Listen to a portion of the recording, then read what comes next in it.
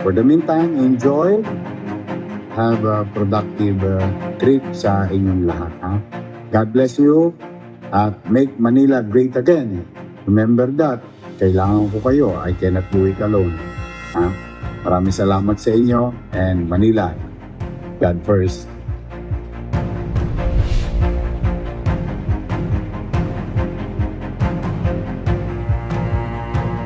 As barangay leaders, we are the frontliners of disaster response and our role is crucial. Kaya dapat po tuloy-tuloy ang ating pag-aaral, pagsasanay at pagtutulungan.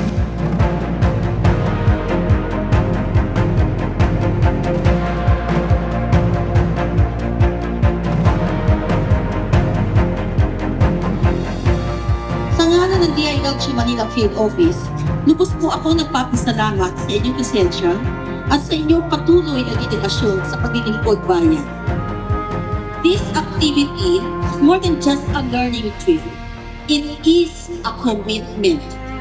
A commitment to learn, to grow, and to lead with greater empathy, understanding, and inclusivity.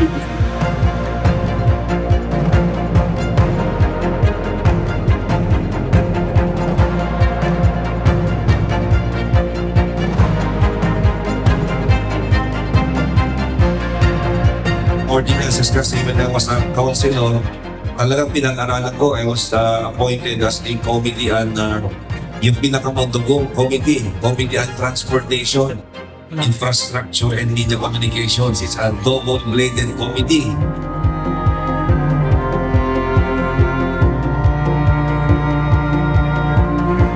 So I think that's all for our presentation of the Barangay Disaster Risk Reduction and Management Committee of Benguet, Malao. Thank you so much for inviting us.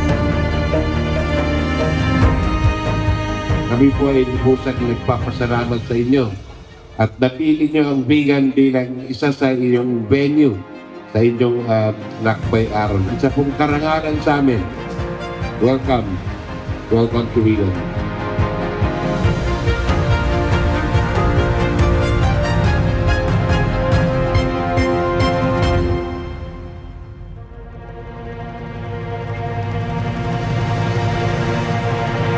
Tayo po ay nandito rito ngayon sa Vigan para sa ating lakbay aral.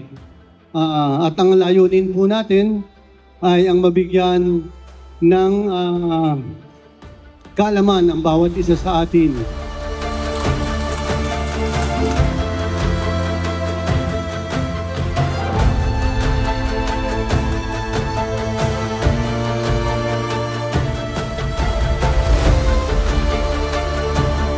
Important role sa ating ordnen, kami ay tumatakbo.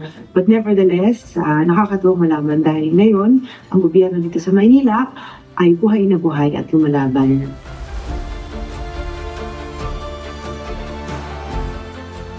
Kaya nanalo kami as Best Performing Barangay and National Awardee ng SGLGB kasi lahat tuloy-tuloy yan, sustainability. Namulat ako sa pag-aayos ng barangay, dapat i-sustain ko yan hanggang sa administrasyon ko.